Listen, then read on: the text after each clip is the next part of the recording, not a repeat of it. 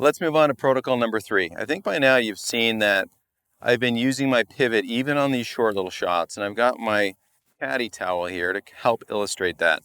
If I stand over a golf ball and I've got a rolled up towel and I just use my hands like so many of you want to do, you'll see that I really can't make the towel move. Sure, it might serpentine there a little bit, but if I use my pivot, now I can really get the towel to move and actually apply some force if I would have a den caddy or something down there.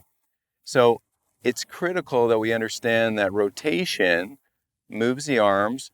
Relaxed hands will help transmit energy to a golf club. So let's go ahead and put the Tour Striker 7-iron back in my hands and let's develop this feel further as we move on to bigger strikes in protocol number 3. So once you have the golf club in your hands, we know that the first striker is inspiring a few different behaviors. Just the design, looking at the face, we've got that elevated leading edge with the X on the bottom groove. The intent here as we start to develop some rhythm is to get the question answered. Well, if my body starts the club back and it has this rhythmic, almost a whip backwards, the pivot helps deliver the club into the golf ball. You can see when I do that in slow motion and unwind myself a little bit, how the club head's still back, the handle's still forward. Now, it's hard to explain this to folks, but if we know that our goal is to get the elevated leading edge of the Tour Striker closer to the ground, and we understand that the pivot is critical for that sensation, now I want you to hit or miss a few shots. Let's add some speed to this.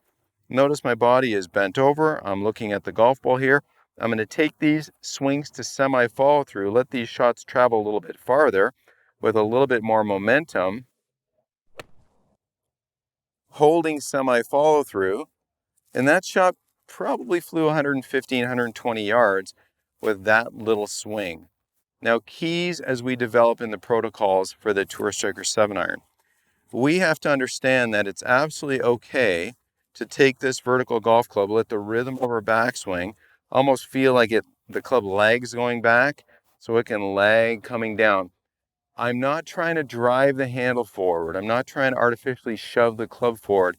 I'm being as relaxed as I can so that this club can stress against my hands as my body unwinds. And trust me, it wants to overtake. I just want to govern that overtaking as I start to develop my skills a little bit and hit this semi-follow-through position. Keys in the semi-follow-through position.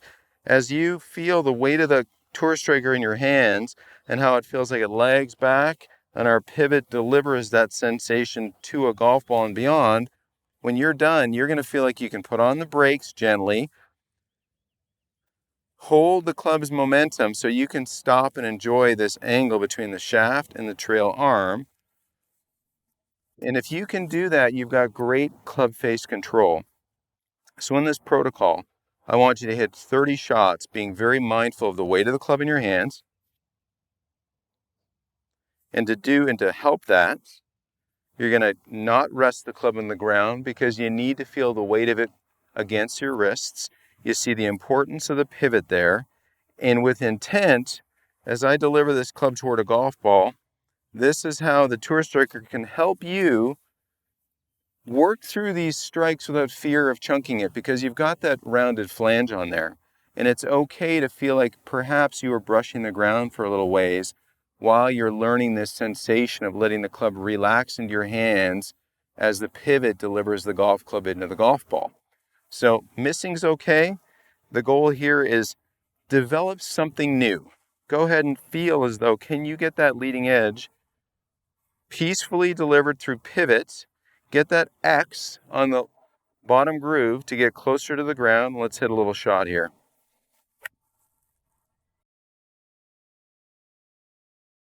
So after you hit a few shots, the goal again, go ahead and get the club in your hands, feel the rhythm and relaxation of developing a backswing and how this club can help you learn how to touch the ground with a forward shaft lean without fear of really laying this out over the golf ball.